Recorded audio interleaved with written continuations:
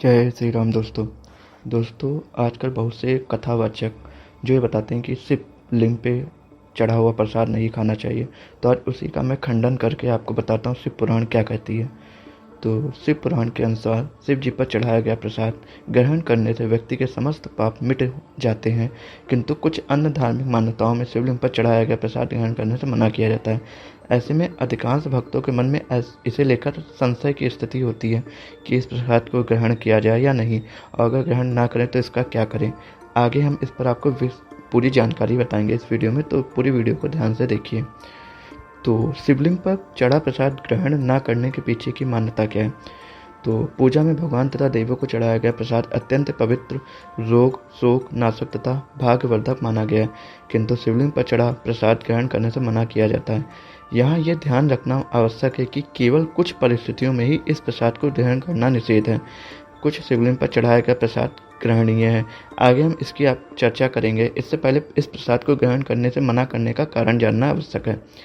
ऐसा मान्यता है कि भूत प्रेतों का प्रधान माना जाने वाला गण चंडेश्वर भगवान शिव के मुख से ही प्रकट हुआ था। वह हमेशा शिव जी की आराधना में लीन रहता है और शिवलिंग पर चढ़ाया गया प्रसाद उसी के हिस्से में जाता है। इसलिए अगर कोई उस प्रसाद को खाता है तो वह भूत प्रेतों का अंश ग्रहण कर रहा होता है।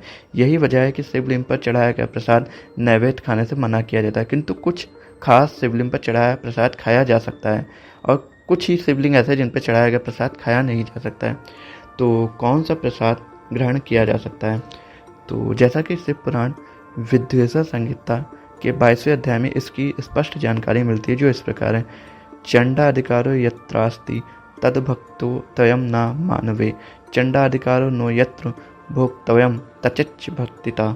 अर्थात जहाँ चंड का अधिकार हो वहाँ शिवलिंग पर अर्पित प्रसाद मनुष्य को ग्रहण नहीं करना चाहिए, किंतु जो चंड के अधिकार में नहीं है शिव को अर्पित व प्रसाद ग्रहण किया जा सकता है। शास्त्रीय मान्यताओं के अनुसार और शिव पुराण के अनुसार आप शिवलिंग का प्रसाद ग्रहण करें या नहीं, ये इस बात पर निर्भर करता है कि शिवलिंग किस धातु या पदार्थ का बना है। साधारण मिट्टी, पत्थर अथवा चीनी मिट्टी से बने शिवलिंग पर चढ़ाया गया वो प्रसाद रूप में ग्रहण नहीं करना चाहिए, किंतु अगर शिवलिंग धातु, बाणलिंग, नर्मदा के तट पर पाया जाने वाला एक पत्थर से बना है अथवा पारस शिवलिंग पर चढ़ाया गया प्रसाद सर्वथा ग्रहणीय होता है। ये चंडेश्वर का अंश न होकर महादेव के हिस्से में आता है और इसे ग्रहण करने से व्यक्ति न केवल दोष मुक्त रहता है बल्कि उसके जीवन की बाधाएं भी नष्ट होती हैं। इसके अतिरिक्त अगर किसी शिवलिंग की शालिग्राम के साथ पूजा की जाती है तो वो चाहे किसी भी पदार्थ से बना हो, उस पर अर्पित किया गया प्रसाद दोष मुक्त होता है और उसे ग्रहण किया जा सकता है। साथ ही शिव जी की साकार मूर्ति, मतलब जिसमें शिव जी का मूर्ति हो, पर चढ़ाया गया प्रसाद भी पूर्ण रूप से ग्रहणीय होता है और व्यक्ति को शिव कृपा प्राप्त होती है उससे। इसके अलावा स्वयंभू शिवलिंग अर्थात भक्तों के कल्याण के लिए प्रकट हुए सभी शिवलिंग तथा भगवान शिव को समर्पित सभी 12 ज्योतिर्लिंग, सौराष्ट्र का सोमनाथ, श्रीशैल का मल्लिकार्जुन, उज्जैन का महाकाल, ओमकार का परमेश्वर, हिमालय का केदारनाथ, डाकनी का भीमाशंकर, वाराणसी का विश्वनाथ, गोमती तट का त्र्यंबकेश्वर, चिटा भूमि का वैद्यनाथ, दारुकावन का नागेश्वर, सेतुबंदी का रामेश्वर और शिवालय का गुमेश्वर चंड के अधिकार से मुक्त माने गए हैं। यहाँ चढ़ा प्रसाद ग्रहण करने में व्यक्ति समस्त पाप नष्ट हो जाते हैं।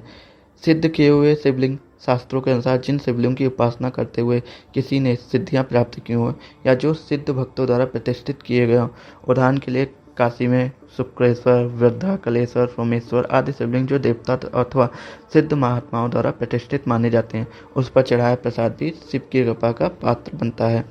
इसके अतिरिक्त शिव तंत्र की दीक्षा लेने वाले शिव भक्त सभी शिवलिंगों पर चढ़ा प्रसाद ग्रहण कर सकते हैं। उनके लिए भगवान शिव के हर स्वरूप पर चढ़ाया गया प्रसाद महाप्रसाद समझा जाता है और ग्रहणीय है। प्रसाद जिसे आप ग्रहण ना कर सके, भगवान को अर्पित किया गया प्रसाद हर रूप में आदरणीय होता है। इसलिए जब इसे ग्रहण ना करने की बात आती है तो मन में संशय होना भी आवश्यक है कि आखिरकार इसका क्या करें। क्या इसे किसी अन्य को देना चाहिए या फेंकना चाहिए। वस्तुतः इन दोनों को ही करना गलत माना जाता है। फेंकना भी जहाँ प्रसाद का अपमान कर भगवान के कोप का भाजन बनाता है। ग्रहण न किया गया जा सकने वाला प्रसाद किसी और को देना भी पाप का भागीदार बनाता है। इसलिए इस प्रसाद को या किसी भी प्रसाद को जिसे आप खा नहीं सकते हैं किसी नदी, तालाब या बहते जल के स्रोत में प्रवाहित कर देना चाहिए। तो अब बात यहाँ पे आती है कि आपको किस शिवलिंग का प्रसाद ग्रहण करना चाहिए, किसका नहीं। देखिए, जितने भी हम लोग मंदिर में जाते हैं, जो पुराने मंदिर होते हैं, प्रतिष्ठित मंदिर होते हैं, और वहाँ पे शिवलिंग की पूजा होती है, पूजा अर्चना होती है, वहाँ का आप प्रसाद ग्रहण कर सकते हैं। बाणलिंग, ज्योतिर्लिंग और स्वयंभू शिवलिंग के आप प्रसाद ग्रहण कर सकते हैं। आप उन शिवलिंग का प्रसाद नहीं ग्रहण करें जो जैसे कहीं पे भी शिवलिंग ऐसे ही रख दिया गया है, ना ही उसकी कोई प्राण प्रतिष्ठा हुई है और ना ही वहाँ पे कुछ बनाया गया, या फिर आपने मिट्टी का शिवलिंग बना के उसका जलाभिषेक किया, उस पर जो आप चढ़ाते हैं वो आप प्रसाद ना ग्रहण करें। उसके अलावा आप कहीं भी शिवलिंग पे आपको प्रसाद मिलता है, आप ग्रहण कर सकते हैं। तो अगर आपको वीडियो अच्छी लगा और जानकारी अच्छी लगी तो इसको शेयर करो, कमेंट में हर हर महादेव जरूर लिखें।